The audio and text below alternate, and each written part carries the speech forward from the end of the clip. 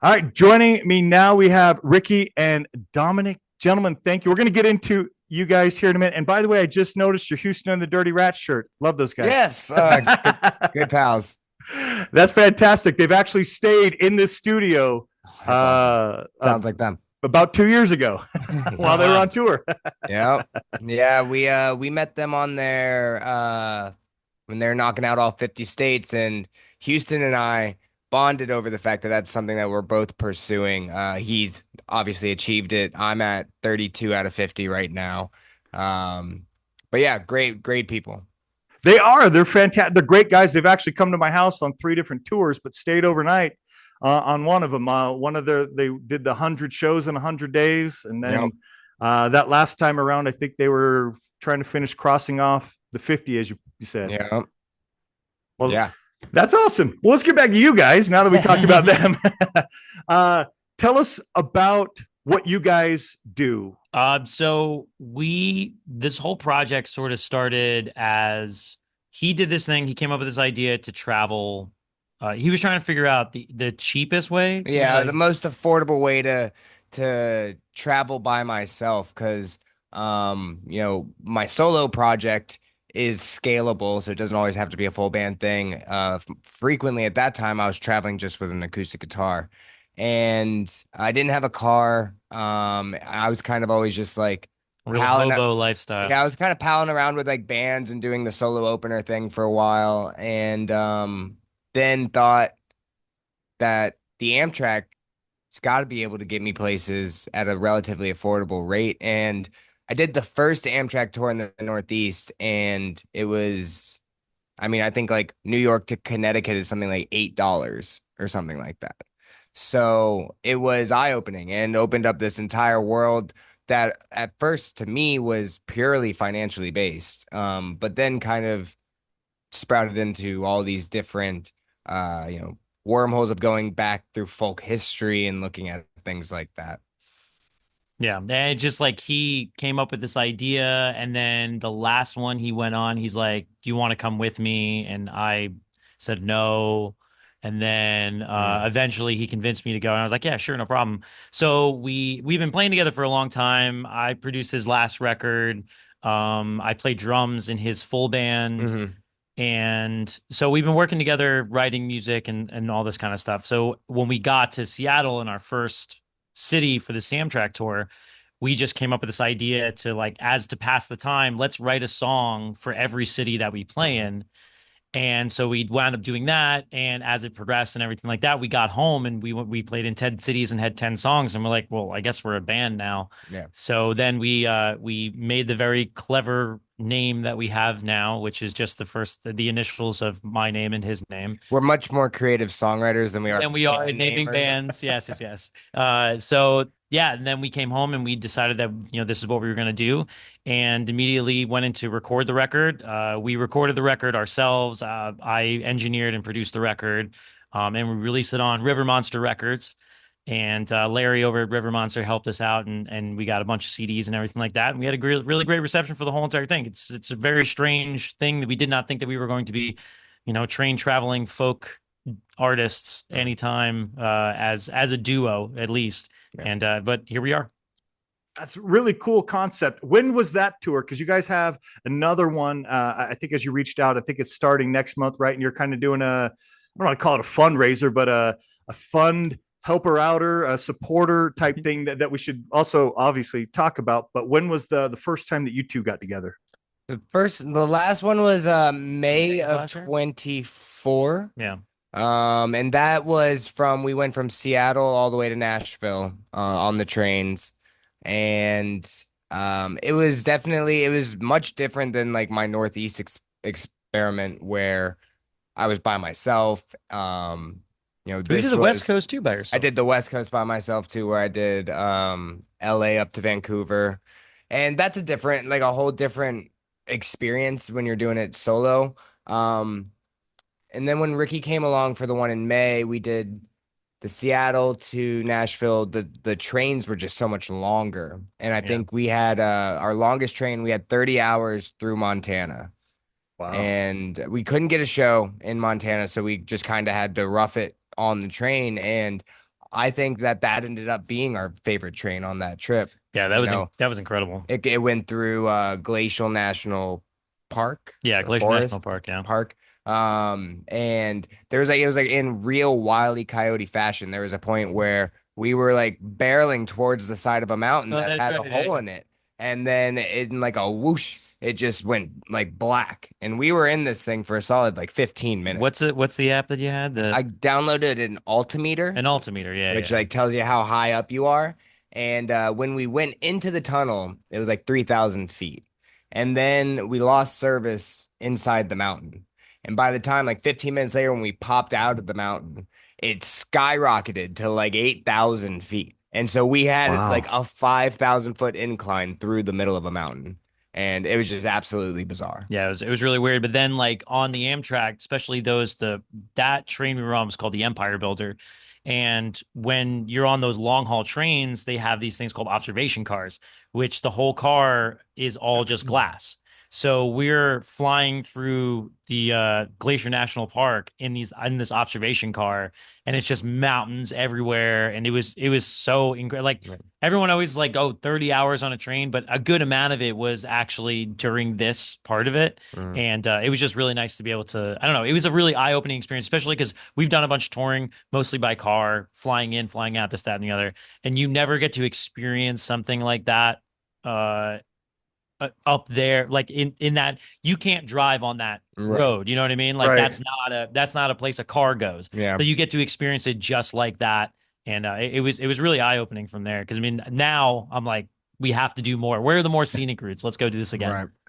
Right. It sounds like there's a lot of bonuses to do it that way, right? Like if anybody can tour, why not just do it that way?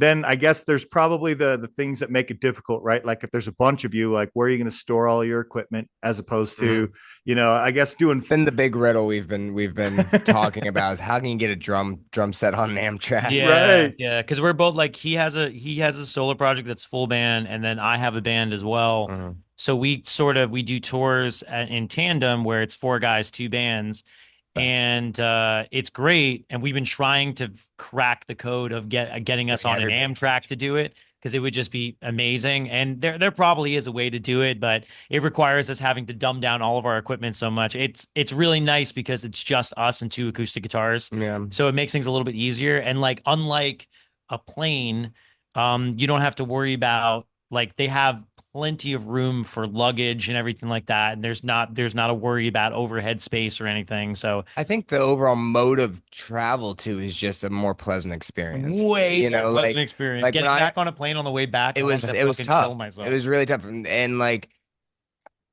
I don't really think I don't have like crazy anxiety, but airports get me going. I can't do airports Well, I mean- where it's just like a hurry up and wait situation. And that's never the case with a train. I've never been on a crowded train. Oh.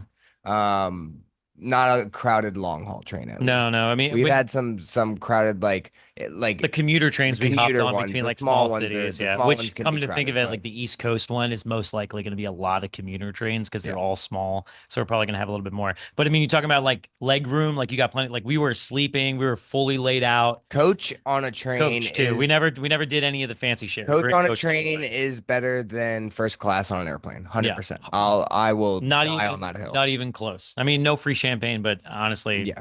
The only thing is the Amtraks are very cold. Yeah. Very cold. There's some photos of us from on that tour where I literally put a shirt on and I had it wrapped with the armhole around my face to be able to. It was so cold on some of those trains. But yeah, other than that, it was a great experience. Way better than a plane any day. Yeah. So that would take planning, and I guess it's seasonal as well, right? Like if you're traveling at this time of year on the train, you're probably not running into that cold of an issue. I don't know if it's the other end of the spectrum where maybe it gets too hot, because I don't know what the issue is. Is it just that they don't have a lot of good I think the AC heating? is cranked up in that and Oh, those the trains. AC 's That's on why. much. Gotcha. Yeah, because we Okay. would get off because it was pretty chilly, decent amount of the places that we were in the very beginning. Yeah. We were up in like Yeah. the Northeast. It was pretty chilly. Yeah, up in the Pacific Northwest, it was Northwest. pretty cold. I'm not fucking Columbus. I think it was probably around St. Louis that it started to kind of warm up a little bit, and But up until that, we were just bundled up the whole time. Yeah, but they would, when you do these long haul trains, they do smoke breaks. So like every couple hours, they'll just stop the train and everybody can get off, stretch your legs, smoke, whatever you want to do. So we stopped in a couple of like small places along the way, Mhm. and we get off to like thaw out for a little bit and then get back on the train. But yeah, we passed by some cities up in that. They call that route the High Line. Yep. So like across the northwest from Seattle over to Through Montana. through the High Montana, Line. it's called the High Line. And a lot of those cities, oh, you did it. You moved it back. Hey, I don't know. there it is. It's mad. I scratch don't your even. nose again. I It's gonna scratched move my right nose. back. All right. No more pointing. So a lot of the cities that we passed by were like these incredibly small cities that were just essentially like, I don't know. Somewhere a little rough. Yeah, well, I mean, yeah, of course they were, but there was a couple of them that were like, like 600 population and stuff like that we passed through because there's just like no one in those areas, and it's just like that's not a place that you would have drove through. Right. Well, and it's also the people that you end up meeting that 100%. way, because when you're touring by a van or an RV, you see a lot of truck stops, you see a lot of music venues, you see a lot of diners. But when you travel this way, I mean, I know that the buses in Connecticut are free, and I know that the e-bus in Seattle's a little sketchy. A little bit sketchy. So a lot of it sketchy. there's a level of the local culture that you get touring this way that I don't think you can get any other way. Now, if you really want to know what a city's about, take the public transportation. I agree. That's really are with the city. Yeah. Because like driving, Ubering, all that stuff like that, you're closed off to a lot of it. We, especially she's talking about Seattle, we saw some shit on a 11 p.m., 12 a.m. bus from Seattle back to our hotel room that I'll never forget. Yeah. But yeah, I mean, like, and that's an experience once again that we wouldn't have had if we were in an RV or if we were in a car or something like that. So. Well, talking about all these specific locations, where are you guys based out of? So where are you heading out from every time you're popping out on the Amtrak? So we're based in South Florida. For the majority of the Amtrak tours, we've been flying out to a starting point, and then ending somewhere else and flying home. This one coming up in September is going to be the first tour that we're going to be arriving back into South Florida by train. And it's the way I'm looking at it, it's kind of the final piece of the puzzle. If this is possible, then something larger would be the next logical step. Yeah. I mean, yeah, we're talking about from LA to New York via train. Would be something that we could be able to do. But LA to New York and then down. And then down and then under the water and the only Europe. The only place that you can't get across, and we're still trying to crack this one. We need Amtrak's help. They need to revive the train line that goes from east to west through Texas. Yes. So obviously a lot of Amtrak employees are big fans of the show. They're going to be they're going to be We're sending it to them. We're sending them this. Yeah, there's a defunct train line between the top of Florida, like Georgia area over to New Orleans, is it? Yeah. Around that area, Mississippi, New Orleans, or anything like that. So we can't take the train out and over. Everything has to go up to Chicago and then trickle back down either through the Midwest or across, like what we were saying, the High Line. Gotcha. So it makes it a little bit more difficult in that sense. But I mean, yeah, this is going to be interesting simply because of the fact that we're going to be going all the way back home now. Yeah. And while on these tours with the Amtrak specifically, you're just riding to location, hopping off, spending the day, using the public transportation stuff, but then that's where you're playing your shows. Mm-hmm. Yeah. Okay. And then we just next day hopping on the train again and moving on to the next location. That same day. Yeah. Oh. Yeah, sometimes the same day. I mean, that's the biggest cheat code to this type of touring too, is once we realized we could get overnight trains and cut out a hotel costs and get on our way to the next place. Yeah. Right. I guess there is a little downside of that when you get to a place at like 6 a.m. And yeah, we had that happened to us in the last one. We got to Memphis. Was it Memphis? Yeah. We got to Memphis at like 6:30 in the morning and didn't have a hotel because our train out was at like 4:30 in the morning. So we're like, fuck it. We'll just hang out. We'll play the show at the venue, whatever like that. And we'll just hang out and just go to the bus station early or the train station early. But when you get to Memphis at 6:30 in the morning and the show is not till 8 or 9 o'clock at night, that's a lot of time to kill just walking around. We have no place to go, and And we're you got to just carry carrying. your stuff. You Yeah, got we to got we carry got all our this we got our stuff. bag and we got our guitars and everything like that, and we got very lucky that we were at what was the stop we It did? was somewhere, I think it was in Shelby, Montana, on the 30-hour Yeah. train. This one guy got off and he had this little plastic dolly, Mm. and I kind of just jokingly said, like, "Where'd you get that?" And he looked at me and was like, "I don't know, like a Lowe's or something. Why do you want it?"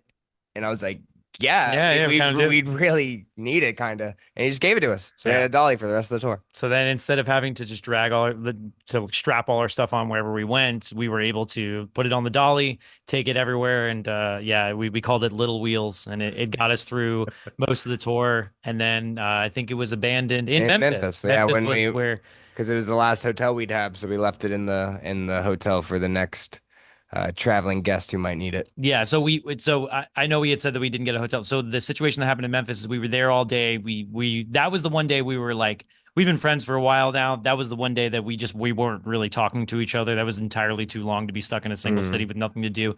And then we played the show. It was a house show, and there wasn't really anybody there. But the people that were there were really, really cool, and they bought up all of our merch. So at the last minute, we're like, you know what? We have a couple extra bucks. We didn't plan on it. Let's just get a hotel. So we wound up getting like this random Red Roof Inn, which was one of the worst hotels I've ever been in my entire life. And that's where we abandoned Little Wheels from then on. So yeah, That's fair. it's very interesting not having a place to go for many, many hours in a city that you don't really know very well. I know. What do you do? Like, all right, McDonald's is open early. Let's go hang out. I mean, I guess it also Starbucks. depends We on hung out in so many weather. Starbuckses. Right, right. Free Wi-Fi, so why not? Yeah. And their seating's usually relatively comfortable. Yeah. I guess depending on where you go to. So, and they are kind of set up for people to just go hang out at. So that Yeah, makes as long sense. as we get a coffee, we'll be fine. Right. Yeah. And I guess it depends on time of year and weather that day. Like right now, it's summer here in Salt Lake. It's starting to pour. I can hear the rain outside, which is not very common, right? Because for the last couple, we haven't had hardly any rain for weeks. But today, the temperature, the high is now 10 to 15 degrees lower than it was last week. And it's raining. So you could plan to go in August to Salt Lake and expect 90-degree weather. But the next day could be today where it's the high is 82 and now it's raining outside. So that's, I guess, not something you plan for. And if you got stuck somewhere like that, it's going to suck spending all day in. I think it did rain in Memphis. No, that was it was St. Louis. Oh, St. Louis. We rained quite a bit. But that's where, you never know what type of spot you're kind of going to get pushed into because of that. And we ended up having a pretty cool time at the National Blues Museum in St. Louis. That was St. Louis. Yeah. It was Well, so we're obviously from Florida, and in Florida if it rains in the middle of the day and then the sun comes out after, the whole state turns into an oven. So we were in there because of the humidity. We were getting food or whatever like that. It started to pour, and we both looked at each other and we're like, shit, now it's going to be so hot outside. And then we walked outside and we realized we're not in Florida. We're in St. Louis, and it was actually cool. That's something that doesn't happen in Florida. Right. So we were very relieved by the fact that we didn't have to worry about the humidity. We couldn't believe that weather worked. We were like, oh my God, that's what it's supposed to do, Florida. Take a note. Right. And that's how it is here. It's pretty dry heat here. So I guess if you make your way through here, have you guys, by the way, have you? I'm looking at a calendar right now that says SLC UT. We do have a date coming up. We're looking for in January for something that we're putting together. Yeah. Well, ride the train then. Don't drive because plenty of bands. I was going to go watch Agnostic Front, and this was March last year. Agnostic Front, Murphy's Law, and Violent Way were on tour, and I actually had tickets. And wherever they were going to go to Denver, so the city they were in right before Denver, it got snowed out, and so they actually had to cancel Denver, cancel Salt Lake, and I don't know how many times I've seen bands in the wintertime where they come rolling in at 11 when they're supposed to be on stage at 11 because driving through and snow slows you down. And sometimes, some winters here aren't even that bad, but man, sometimes traveling through, depending on which way you're going, is shitty. Did you think about that, buddy? Nope, you did not. You might luck out. If you're riding I the think we're train, gonna you don't be- have to worry about You're it. saying this, I'm literally looking at the calendar behind me and looking at all the cities that are going to be snowing like hell when we're supposed to Not be that there. many. There's not that many, but there's some. There's a couple. There's a couple. We got snow. We'll get snow tires. Yeah, keep that in mind. And again, you could be totally lucky. Like I said, if somebody's driving through Salt Lake today, it's colder than it should be as of a week ago, and it's raining right now. So, I mean, you never know what you're going to get. And we've had winters like last winter, this past winter, there wasn't, even though that Murphy's Law show got snowed out, the majority of winter wasn't that bad here. But if you came either of the 2 winters before, there were times multiple times during the winter, I was shoveling snow where the snow is my waist deep. I'm 6 foot tall and it's up to my hip, waist. And so you could get that, or you could get, well, it's a little cold and maybe it snows a little bit, but not too bad. Well, hey, so January 2026, let's pray for the latter, please. Right. Because Right. we already have dates in California booked, so we're trying. We definitely want to be able to come through. We get stuck in. I think we can make it to Vegas at least. We'll get stuck in Vegas. I think that's the last thing I want to do. Yeah, if you drive south, like New Mexico, Texas, Arizona, California, Nevada, any of those are probably good. But if you're working your way up from like Kansas to Wyoming, or through Denver, through Salt Lake, maybe even staying up, heading towards Reno, just hope for the best. Yep. That's what we're going to have to do, I guess. Rubber or Lucky Rock, man. So that is not going to be part of an Amtrak tour then. No. So that's going to be a full band excursion. We will be on it together. Because he plays in my band and it'll be his band as well. Yeah. And that's going to be a lot of fun, but going back to this upcoming tour, we are going back to some places that we've been before in a different context. And so it's interesting when we've brought this show to people who have seen us before, because it's vastly different than our solo projects. Very, very different. Our solo projects, mine's kind of more straight down the barrel, loud guitars and drums and punk rock and fun stuff like that. And then, we've been spending the past 6 years trying to find a genre name for your stuff. Actually, today I think we settled on progressive emo. Yeah, I'm kind of into that. Yeah. It'll probably change 5 times before the end of this podcast. But right, it is what it is. Fair enough. But yeah, this is kind of we're very consciously making the decision to be as true to what folk is to us in this project, and it's been a really cool thing to see people react to it. Yeah, I think it's nice because we feel like we're you did it again. You scratched your nose. Really was the scratch. You can't scratch the nose. Try scratching the nose one more time. Yeah, do it in reverse. All right. Oh, good grief. I've been in broadcasting for a long time. These are the things that I just know. I think it's really nice that we get to, what we feel about this project is that we get to sort of be a part of a long lineage of train traveling troubadours, and songwriters and stuff like that. And also too, because the project is so focused on sort of experiencing places, encapsulating them into our songs, and then regurgitating them to other communities. So we get to kind of go out from our community, experience all this stuff, and come bring it back to our community again, so they get to experience it through us, which is fun. It's nice, like town criers almost. And you're right. Yeah. You're writing songs about some of these cities after you've been there. So I guess if you get to come back to those cities, you get to sing the songs about those cities from your view anyway, through your eyes and how you experience the city, but to the people that come to the show from the city.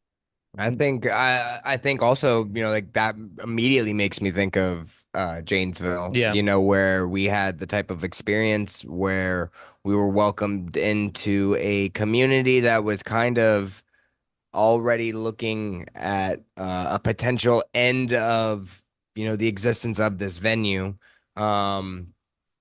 where it was, it was an old GM plant. It was the biggest at the time that it was operational. It was the biggest GM plant in the country. Wow. And this was the employee bar essentially that was on the property. And when the plant closed, the bar was left open and we met Andy and Desiree, who were the owners of the Zox Club, and we were Full disclosure, we pull up to this place and it looked like a dirty biker bar, and I was like, Dominic, I don't know what we're doing here. This is not going to go well. I do not feel good about this. And we go in, and it was it couldn't have been the more opposite situation than what I thought it was. It was the most welcoming, the most like they embraced us. They were so amazing to us. And it was an experience that we'll never forget. And I honestly, in all reality, I kind of think was sort of like the tipping point of where writing a song about that place was sort of cemented that this is the kind of stuff that we wanted to do in the future. Well, the Zox Club then had so what they were looking at was the city kind of getting antsy about the unused land, and city wanted to turn it all into, whatever, shopping malls. Yeah, the governor was really getting after the city of Janesville for not developing on the unused land. So they got a couple of developers together to buy up all the land, to essentially mow it all down, and then start building condominiums or whatever bullshit they're going to do on top of it, which is pretty common for most of America nowadays. And they were just fighting to try and not get shut down. And unfortunately, they lost that fight. Yeah. So it's something that in the song that we wrote, we kind of talk about was, that we'd come back and sing this song on the grave of Zox Club, and even after hearing the news that Zox Club didn't win that battle with the city, we've been sent videos from Janesville of the song being played at different festivals and different places, which has been really, really cool. Yeah. The first couple weeks after we released it, we were getting sent videos of them playing it in the bar and people singing along and stuff like that. And it's like, it was really bizarre. I mean, it was a really emotional moment, because it's like you have this community that's like your home away from home type of situation that, you encapsulated their whole story into a song and they're embracing it. It's just like, as a musician, as a songwriter, as a creator, like that's the kind of thing that that's what we look for.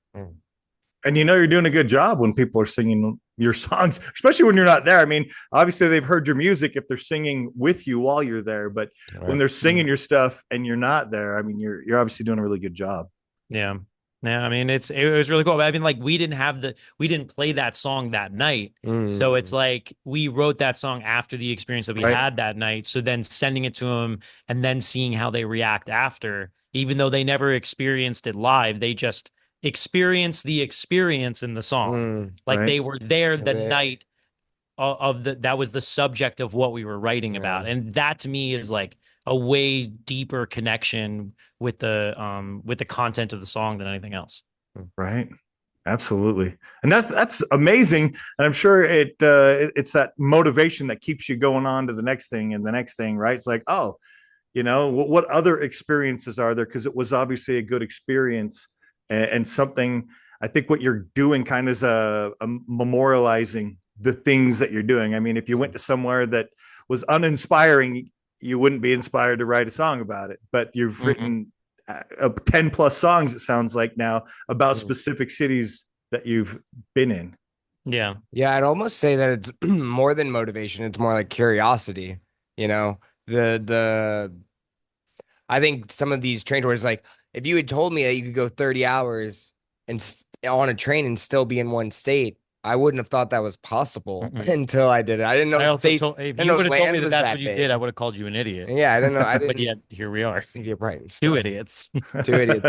But yeah, there's a lot of curiosity of how are these these little DIY communities, and even kind of expanding outside of like DIY and kind of more broad, how is this whole local culture, arts culture affecting this city in this place? It's something that's really interesting to see from town to town. Yeah, I agree. How does lining up shows kind of along what you're going at there? Like, how do you connect? Obviously, going back to places you've been, you already have some connections, but the first time hitting some of these places, or maybe, as you pointed out, the curiosity of going to the next place that you may have not been to before. How do you line up?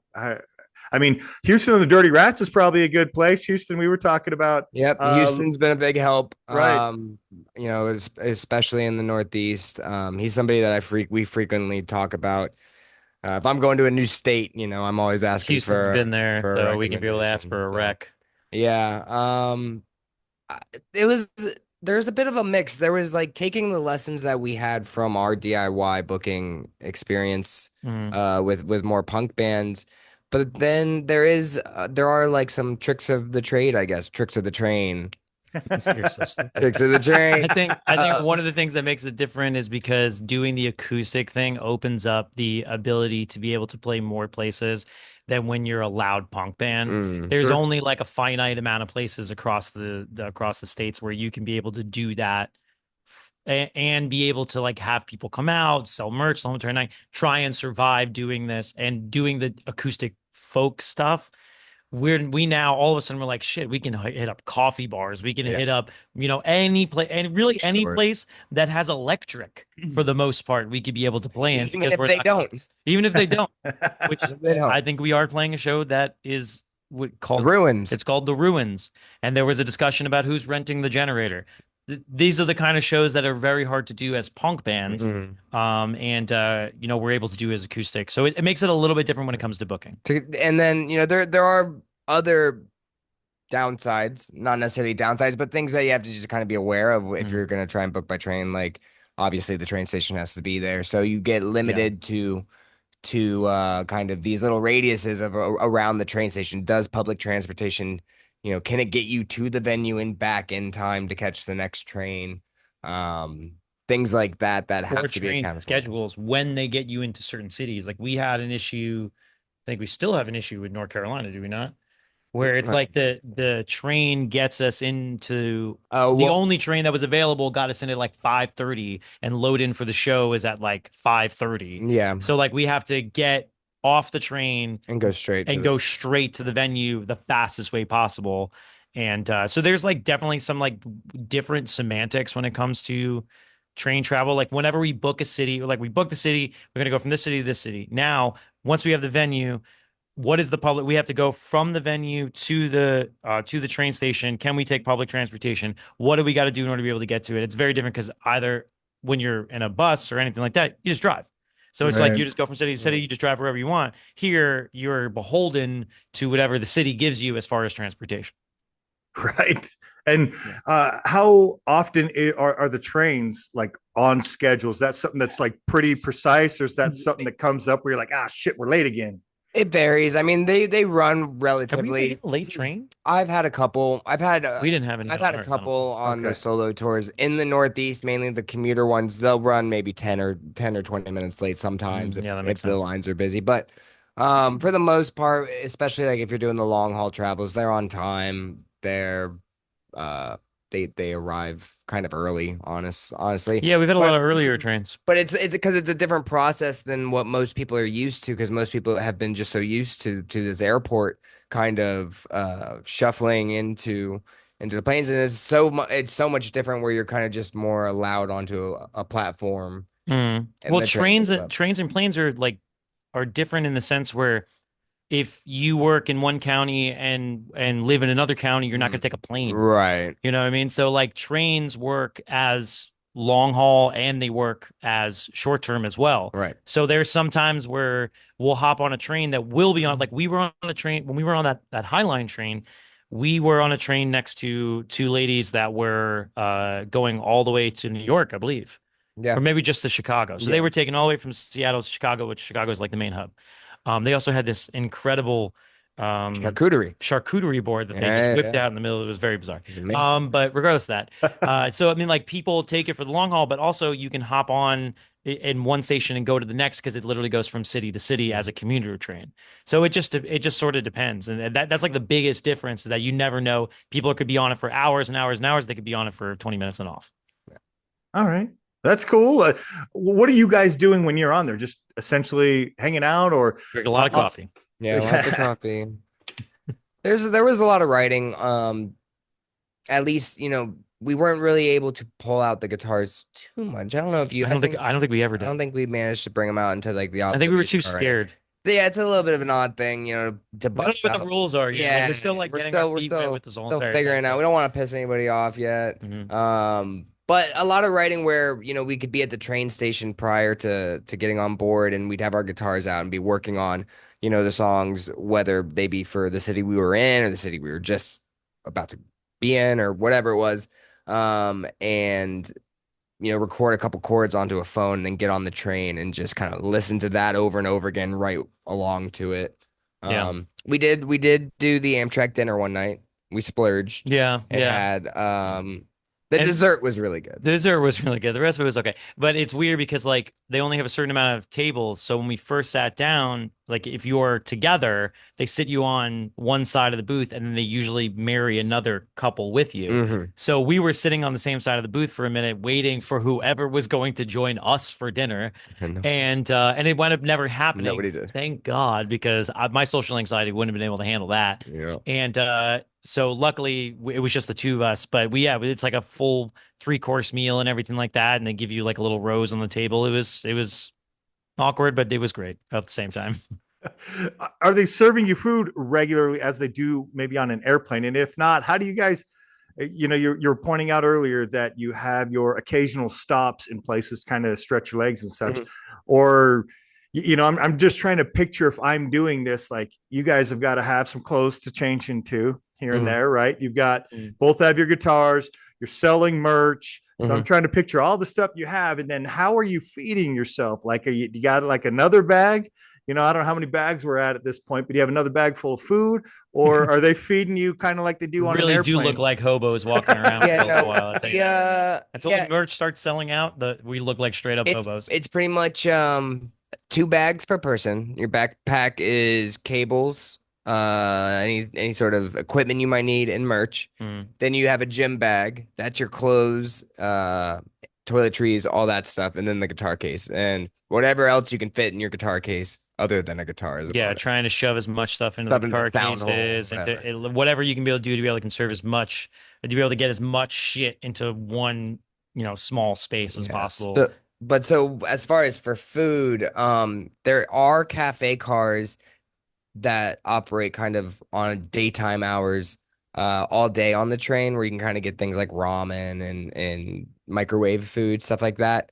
I want to say only the long haul trains have the like full on like dinners Yeah. and lunch and stuff like that. Yeah, there's only the ones that you can, if it's like more than 2 hours or 3 hours, then they offer like sit down meals. Yeah. But for the most part, it's just the dining, not the dining car. It's like the one that we were on, the Empire Builder, the observation car.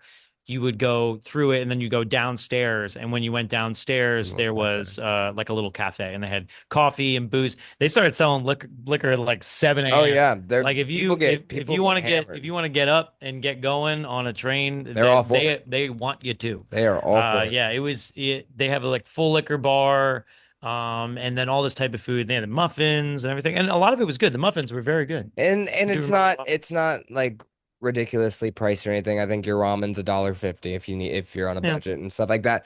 When we're in places, typically one of the first stops is we'll stop at like a grocery store and Yeah, I think we got try like and get bread something, and peanut try and butter get to begin something. with. Yeah, that didn't We didn't really didn't eat that work. much bread and peanut butter. The bread's not a good travel food. Bread's It just was too like flaky. this like Just became a blob. amalgamation of carbs in a Michelin man. plastic container. It really didn't. The bread didn't last very long because of how much shoving we have to do with everything Yeah. to make Right. space. Every time it came out, it looked like a different statue of something else. We have no idea. So I'd also say,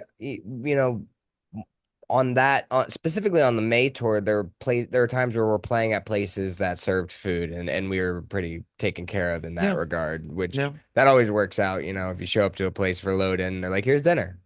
yeah, Awesome. yeah. That's the. I mean, like if that's like a DIY thing all the time. Like if you could play in places that serve food, then a lot of times they will feed you. Mhm. So I mean, like we got pretty lucky with some places, and then we did a couple house venues, so they had some stuff and everything like that, and they took care of. Because the one in Nashville, That was like a spread, oh my right? Lord, Yeah. that she cooked and Yeah. that Oh, food was right. fire. Yeah. And it was like those type of situations are really cool to be able to fall into. But for the most part, I mean, the train stuff is like it's like better because on a plane you get like a Biscoff cookie and like 2 chips in a bag, and that's basically it. Yeah. So here is like more of a spread. But yeah, if you want to eat, but you can go broke pretty quick eating all the food that's on an Amtrak train. Yeah. Yeah, I bet. So to kind of go back to what I noticed you guys were doing, trying to get sponsorship, like people sponsor a mile for what you're doing, that kind of goes to those type of expenses, right? Because your expenses are obviously whatever the tickets are, which are going to vary depending on point A to point B, and then C to D and so forth. So you have those expenses. Then obviously for food, because that's going to be a little more expensive, and you're limited. So when you said you had 2 bags and your guitar each, is that the limit, or is that just the limit on what you can reasonably carry from place to place? I don't think is it the limit? It's both. Yeah. I think on the train you can only have 2 bags. And the guitar is a bit of a gray area, to be honest. I've done 3 of these so far. I was gonna say nobody said boo. We haven't ever had an issue with it. I think, if you get into the black hole of Reddit, there's probably some stories on there of people being Back either in 2006, they told me I couldn't do it. Well, what it was I think it used to be like you had to pay they would charge you $15 for your guitar or something like that. But we've never dealt with that. But yeah, we managed to get it a couple times. Really give us a problem if we had more bags either. I don't think so either. They seem like they're pretty. It's like like they're just they're happy we're riding the train. You're like, oh well, no, come on, please keep the lights on. Yeah. I think it's one of those situations like when you go and you ride when you are on a plane, everything is like there's so many rules, and like it's just like such a really anxiety inducing thing to fly now. And the Amtrak train, everyone's like, yeah, whatever, man, do your thing. Cool. No problem. Which is really nice because for us to, hobo-ish traveling songwriters, it works out for us. It's like less stress, the better. Because it honestly makes the Amtrak itself a more creative environment. Right. And plus, as you pointed out, maybe more often than not too, depending on when you book your trains, but that kind of doubles as your hotel room. Yeah. And that's so going back to the sponsorship. One of the reasons why we did the sponsorship this time is because the East Coast is primarily all short trains. We don't have a single overnight train. Yeah. So what we were able to do the last time is I think we had 10 cities and we maybe stayed in 4 hotels. This time we're 11 cities. Yeah. 11 cities and 11 hotels, unfortunately. Well, I think we're staying with a buddy of his in New York, but other than that, we're having to get hotels. So it's like this one cost way more, almost double, nearly triple what the last one cost, just because of the fact that there's no overnight trains. Yeah. Right. That makes sense. And do you know the cities offhand? Can you run down where you guys are going to be? And what's the start date? What's the end date? See, I could do this. Let's see. Let's do it. Come on. Let's see. Can you do it? We fly into New York on the 9th. We're playing in Brooklyn, September 10th. We're playing in Philadelphia. Should I be checking your work? 11th. No, I'm right. You got it? Okay. Then we'll be playing Wilmington, Delaware on September 12th. We'll be doing Alexandria, Virginia. Virginia. I've never been there. On the 13th. Then we are in Willow Spring, North Carolina on the 14th. We have a train travel day on the 15th to Charleston. Yes, we do. I knew that. September 16th is my birthday, and we're playing in Charleston. Which the last time that we played in his birthday in Charleston, we were in an RV, and he decided to take a shower while we were driving, and it flooded the RV, and we found out that the black water was completely full when we got the RV, so it was essentially pee-pee water. That's pee-pee water all over the RV. So that was how we spent my last birthday. That was a rough birthday. We don't have a good track record with his birthday in Charleston, so and then fingers crossed on that one. After Charleston, on the 17th we are in Savannah. 18th we are playing at the ruins at the ruins. Then we are in Jacksonville on the 18th at the Connex. Then 19th Orlando at Little Indies, and then we will have our home show on the 20th. Yes, look, good job. Bam! I had to do all these flyers. I was just saying, I would have been like, I got on the train at New York, I got off in West Palm, and it was a couple days. Well, sounds like you did a really good job there. So you have, what'd you say, 11 shows, 11 days? Oh wait, you had one train from the 9th to the 20th. We're gone. Yeah. But we don't start until the 10th. So 10 days. of shows. And we only get 1 day off, so I guess And that day is train travel. train travel. Yeah. But like we have all the tours we've done before, we've booked ourselves, this, that, and the other. This time we actually got someone recommended to us. As a booker. Yeah, this girl Danielle who has it's called Banana Slug Booking. And we were like super hesitant about it because we've been booking all of our own tours. And she came through with all these venues that we've never heard before and everything like that. And we're very, very happy to be working with her. So a lot of the booking and as because one of the hardest part about booking shows out of town is like, okay, you got the show. Now you have to get the locals too. Such a pain in the ass to be able to get locals to be able to respond on Instagram and stuff like that to be able to even book them in the first place. So Well, it's nice to have somebody who can work with other boots on the ground promoters kind of on our behalf. Because I think, those boots on the ground promoters, they have a general view of their music scene. They know bands that are going to work well with each other, who's going to draw, who's going to create the right environment for the show. Like the last thing that we would want was to book a full show and end up, with metal bands. Yeah, because we just sometimes it just happens where like multi-genre things happen because we're like we just need a fucking local band to be on it. I don't care what the hell you play, just please show up and bring at least 2 of your friends. Right. So I mean, it was nice to be able to have somebody to kind of take care of that for us, and it allowed us to be able to focus on making as much money that we could in the downtime because we have no clue what we're going to make on the road. And prep to be able to do the tour in the first place, having all the things set up so we can be able to do, this type of stuff while we're on the road, and film stuff and record stuff. Like we plan on recording a bunch of stuff. We have like a whole mobile recording studio we're bringing with us and everything like that. So it's nice to be able to get that kind of taken off of our back, so we can focus on other things for the first time. Right. Not like weren't doing that before, but now we don't have to do the other thing as well. Yeah. Which is nice. You get put your focus more into one of the, into the other areas instead of dividing it up. So with the video stuff, it makes sense. You guys doing what you do and then actually having time on train too. So what kind of video stuff, where will people be able to see kind of, I don't know what it equates out to. I mean, you can make your own documentary, I'm sure, if you wanted to.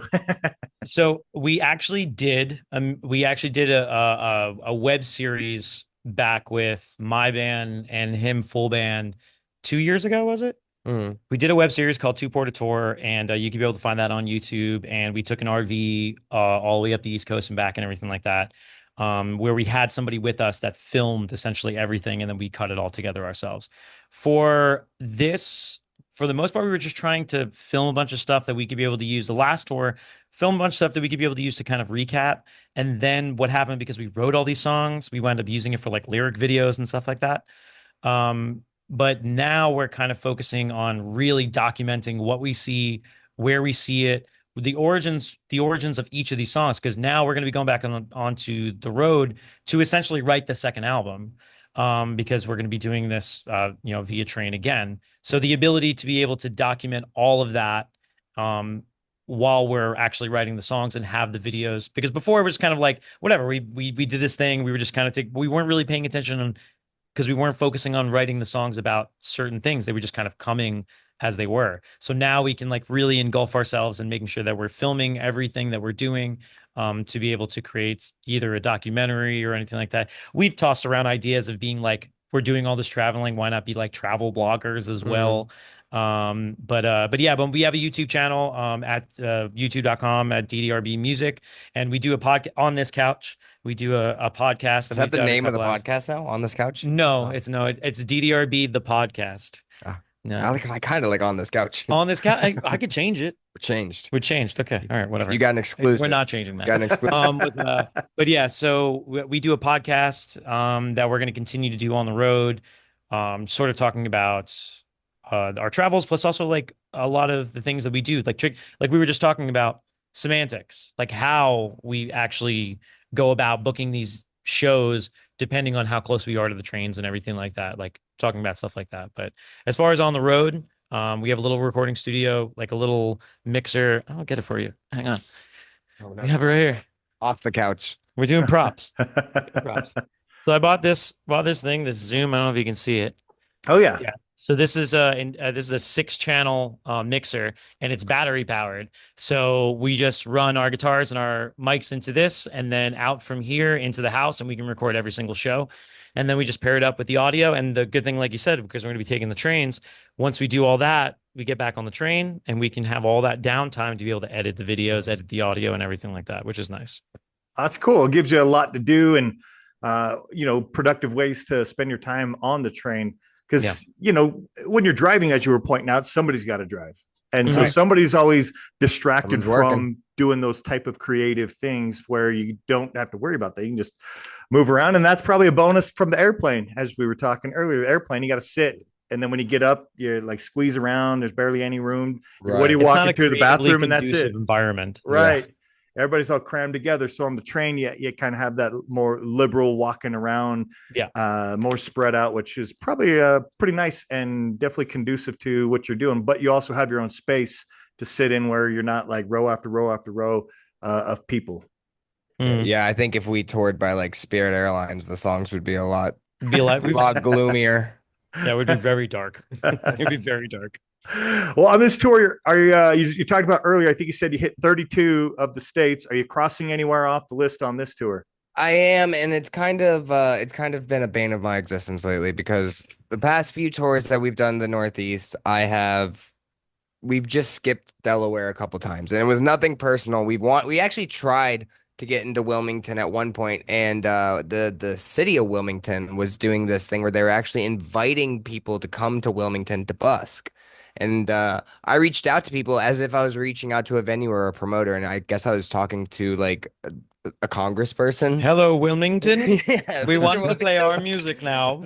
Allow us to play our music. Yeah, you very well may have just like built a landing page, and I was just typing around on one page. They got so many DIY folk emails to be able to retarget for meta ads later on. Right. But so we've missed Delaware a couple times, and we get to play at Squeezebox Records in Wilmington this go around. And that's what state for you? Because if we're adding, how many states are we adding? 33. This one? Just one. Just one. Just Delaware. Just Delaware, and 33. Yeah, it'll be 33. Lucky number. And well, we were trying. We have a friend up in Vermont who's been trying to get us up into Burlington, and we tried. We did try to have. I was actually just talking to our booker about this, Danielle, where this year's kind of been rough on everybody for touring. We were actually supposed to go out on our first tour back in January, and that wasn't able to happen, and that was going to route us through Vermont, but it just didn't. Then it wound up getting those ridiculous snowstorms up there. So luckily we didn't, because we would have been fucking stuck. We would have been stuck in the snow. Right. Foreshadowing. Yeah. Well, it's cool that you get to cross those off. I guess probably the two toughest for most people, mainly, us 48 state people, is probably Alaska and Hawaii. So are those still yet to be checked off for you? They are yet.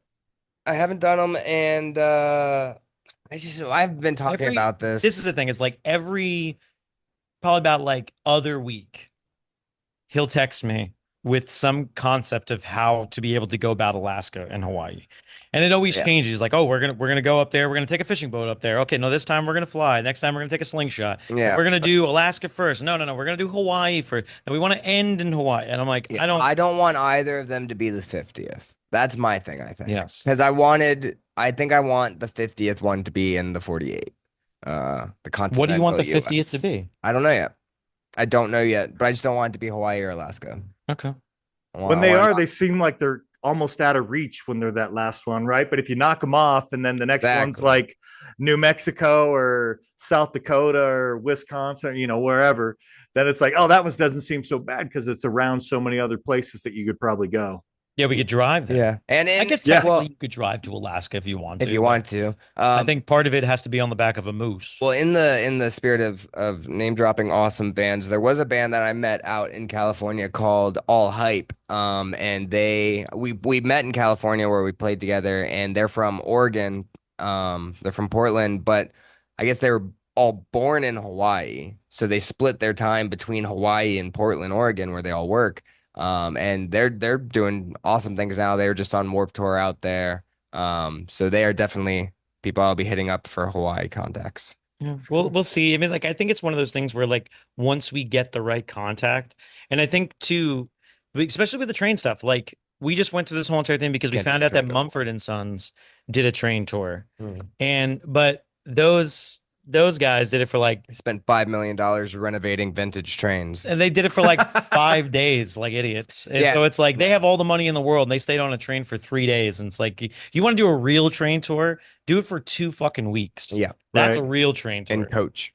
in coach. Yeah, not Right. refurbished, vintage, whatever. Fuck It had Mumford and Sons. it had like Tiffany chandeliers in it and Of course it stuff. did. Of course it did. It was Caviar and and all the suspenders your pants could need. yes. Anyways, what were you saying? You were doing some show and tell a moment ago. I know you have one or something else for that, so let's make sure that we see. Dude, so Speaking of train travel and the Yeah. things that we've done. So this is my upcoming book. This is kind of it began just kind of as a documentation of the train tours that I was doing. A diary of sorts. A diary, a journal.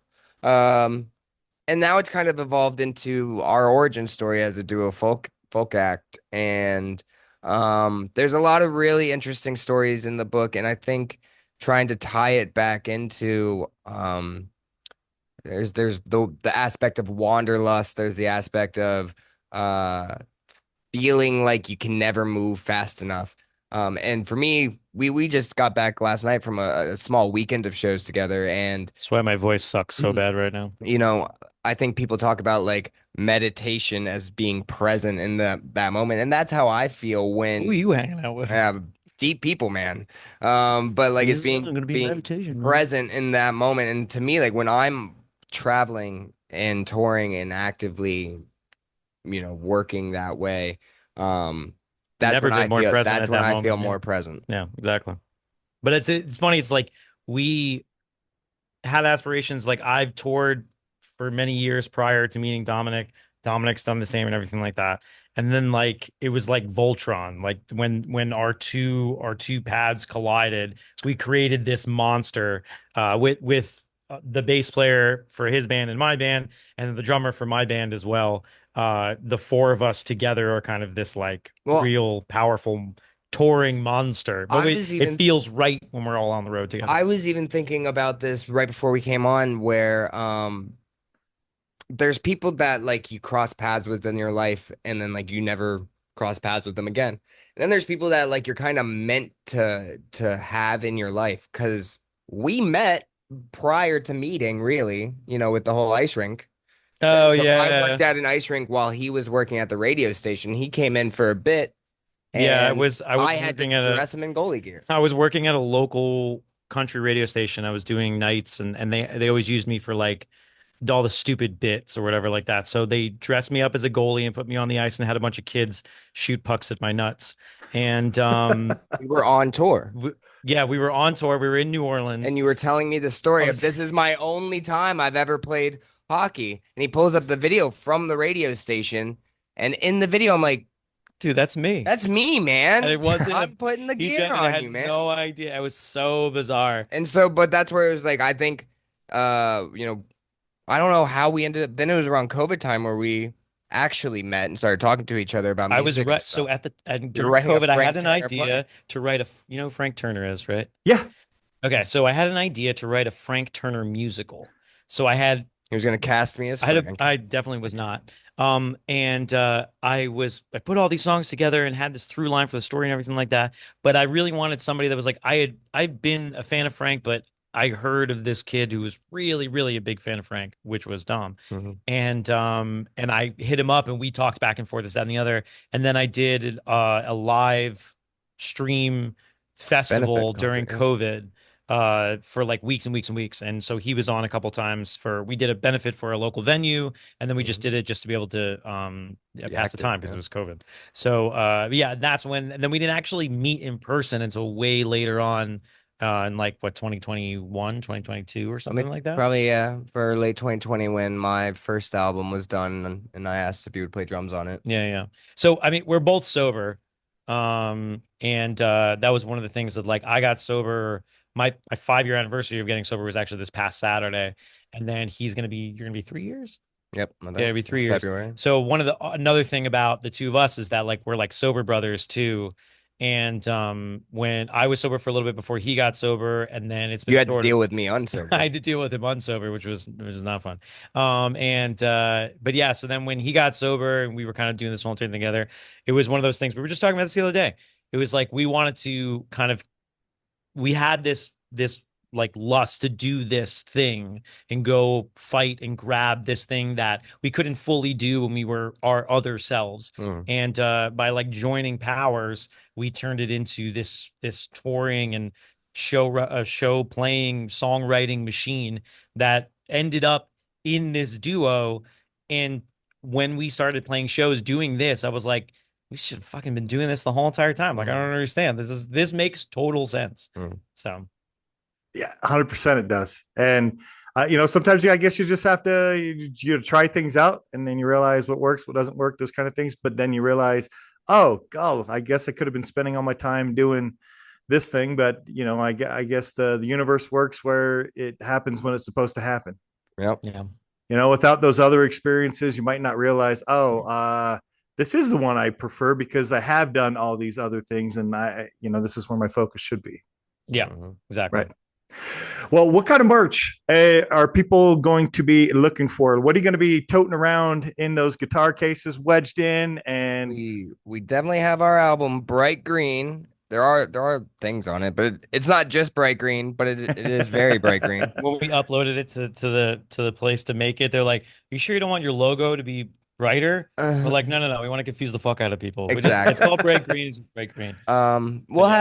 We do shirts. We do all of our screen printing in-house. I do all of our screen printing in-house. I was like, I don't do screen printing. You do screen printing. But if it's like DIY bands, we always have to take over all of the duties that a label would essentially do for the most part, like a bigger label. So we record our own music, we print our own shirts.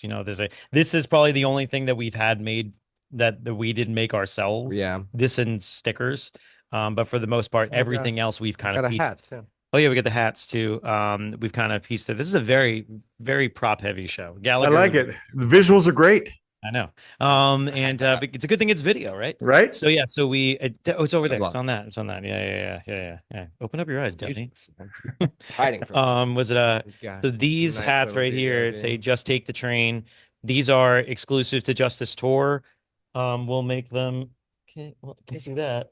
We'll make them for this tour and this tour only, and then we'll come up with new concepts outside of that. So yes, I mean that and shirts. My book won't be out until November. Oh, okay. So it won't be out until November. People are able to pre-order it on Amazon Kindle. As of right now, I'm working on getting the actual hard copy pre-order set up so people could do that at the merch table as well. See, like drunken us would have never expected to be sitting here talking about the fact that he's an author. I'm an author now. And like that and I'm shooting for an award, man. That is bonkers to me.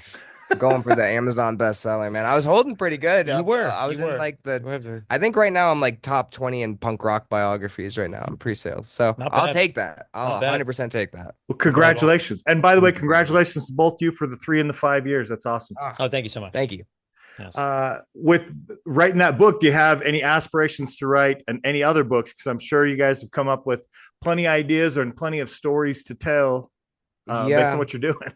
Yeah, and it's one thing I didn't I have a new respect for authors, actual authors. Not you pretending to be I really do. It's I feel like I'm a facade, it's a facade. I do want to write more, but I definitely have a firm respect for real writers. It is way harder than I expected it to be. So I don't think I'm going to jump right back into another book. But there's talk of stuff that we did even prior to the train tours of trying to add that into. The answer is yes. You're going to write another one. Like you did this. There's no way you're not going to do it. But I think like writing a book is just like writing a song in the sense it's like there's so many people like create all these rules around it and everything like that. And one of the things that we always try to abide by is that there's really no fucking rules. There's no rules. You can do whatever the hell you want, this, that, and the other. And the same thing with the book. Like you write the book, you're not an author, but you wrote it and it's it's real and it's something that actually happened, and it's something that people can relate to on a larger level, even if it's like, read the book and you feel like you're right there on the train with him the entire time. And that you don't need to be a Pulitzer Prize winner to be able to make that. Right. You did it, and now you wait for your Pulitzer Prize. Yeah, well, no. I think that one of the things with the book and touching on that is that it's doable for anybody. Yeah. It's doable for anybody. If you want a tour, go book one. If you want to write a book, go write it. And I feel like that mentality served us really well I think it's the entire identity of everything that we do. It's like, if you want to achieve something, there is a way to do it. It is going to be way fucking harder without the contacts, but the knowledge of the ability of doing it is way further than 90% of the people. Like, tons of people will be like, oh man, I went on these crazy trips. I should write a book. I should write a book. I should write a book. Well, this motherfucker actually did it. And that means way more than I shoulda. Right. And a lot of people are living in that world of, I should have done this, or I could have done this, and everything like that. And if more people just started doing it, anything is possible. I agree. Are you voicing the audiobook yourself? That's the only way I'm going to read it. I'll be honest. Yeah. I don't read, so I told them. Well, to you're do the gonna have to audiobook. record the audiobook. No, but that's the only way I'm going to know every single word that's in there, because I'm going to record it. Other than that, if I try and read it, and my eyes are going to right on my. So yeah, I will be doing an audiobook. And then I'm gonna make Aquila do it in Portuguese, and you should make him do it in English. Aquila is my drummer. the Aquila version. He's Brazilian, and English is his fifth Third? or sixth language, maybe. He doesn't have anything between 2 and 4. Right. He just it's Portuguese, and then it's a long way before he gets to whatever he calls English right now. Yeah. So that's for a future episode. Right. But yeah, no, we're definitely going to do an audiobook. That was the first thing I said to him. I'm like, that's an easy. We record all of our own music. I work out of a recording studio down here. Like, we're going to record an audiobook. Perfect. That's great to hear.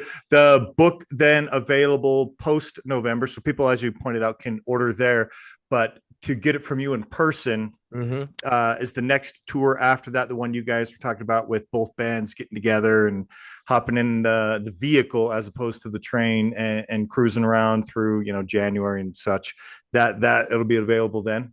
Yeah, it'll be available on my merch table forever after that, after November. I am also working on trying to get it into I don't really see it too much as like a Barnes and Noble book, but maybe like skate shops and DIY spaces and stuff like that, so that it can be hopefully in the communities that are also in the book. And then probably at some point cut Jeff Bezos out of my book deal. That's fair. Gotta cut him out. Yeah. Gotta cut him out. Yeah, I think the ability to be able to buy it at a merch table is going to be really cool, and I think we'll probably yield the highest amount of reach, because not a lot of times do you go to a DIY show and there's a book that the artists themselves authored. I think it's rarer nowadays than maybe it used to be. I don't know. Yeah, well, and I don't read a lot, so I don't.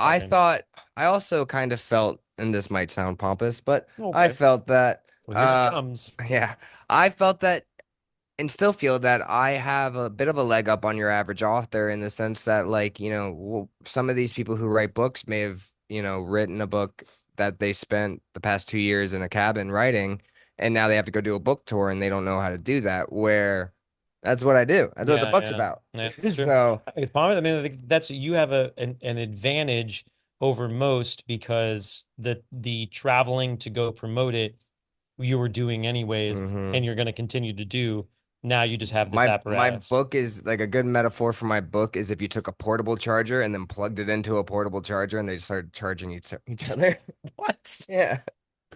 I don't know if I get that. Okay. I don't. Yeah. Okay. I'm gonna call it Kilo for that one. Yeah. No, that sounds like something that Killer would say. Well, now that you got this tour coming, and we covered the dates, there'll be the next tour, but that's a joint 2-band tour. Yep. Where is the next train tour? When, how about, where, This guy asks the hard questions, man. stops? Any ideas there? And then after that, let's follow up and we can wrap up with how can people follow you and keep up with you on all these? You gave us the YouTube, but let's cover all the other bases too.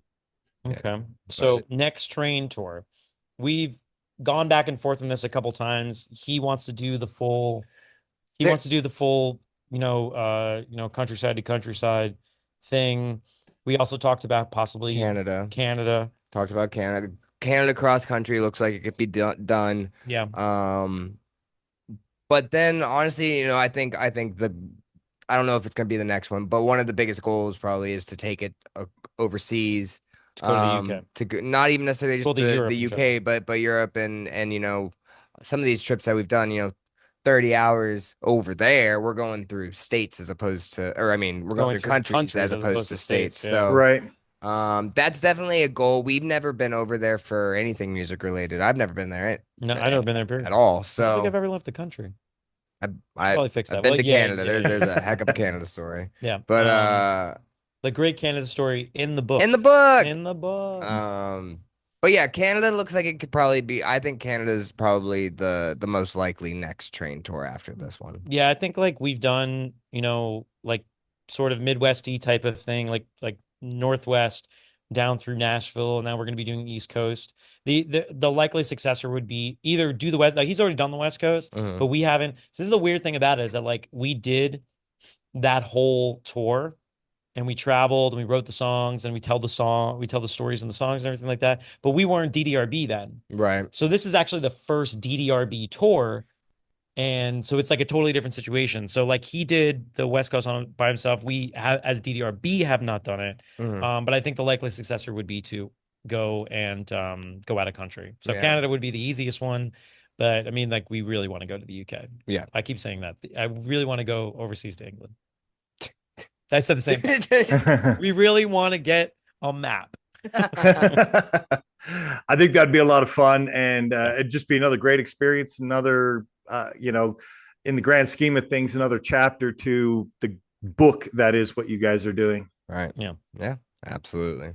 Well, where can people follow you? Like, obviously Instagram's a great place. So where can people go there? And then where else do you guys post regularly? Put these dates, the videos, video series, web series, those kind of things. Where should people keep up and follow? You can go to ddrbmusic.com and that essentially links you to everything. But everything, any type of social media or anything, it's always DDRB music. Yep. So anytime you want to go, or you can literally Google train traveling folk duo and everything about us will pop up. That's easy. And that you own that space. Yes, sir. If you're the one that comes up, you own it. Yeah. It makes it very easy. That's why, like, it used to be like, oh, well, it's DDRB music _ on this one, and then we got to put the ampersand on the other side of it.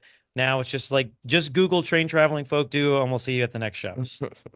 That's awesome. Well, I appreciate you guys taking the time. I do want to catch up with you again, especially if you guys line up something international. That's pretty spectacular right there too, and that would be a lot of fun. But I wish you the best of luck on this.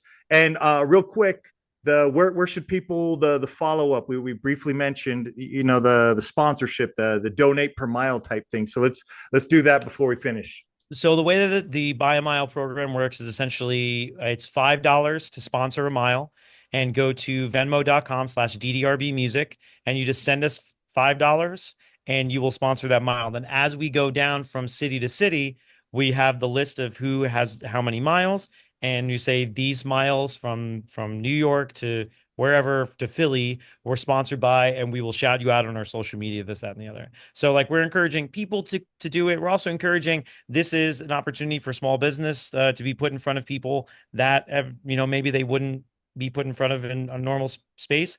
$5 for free, not free, $5 for advertising to a wealth of people that may never cheaper than a cup of coffee. 100%. So and we've had people that have bought 10 miles. We've had people that bought 20 miles, and we've had people that just bought us bought a regular mile for $5. We had somebody that sent us $2 and said it's all we got, and we're like, cool.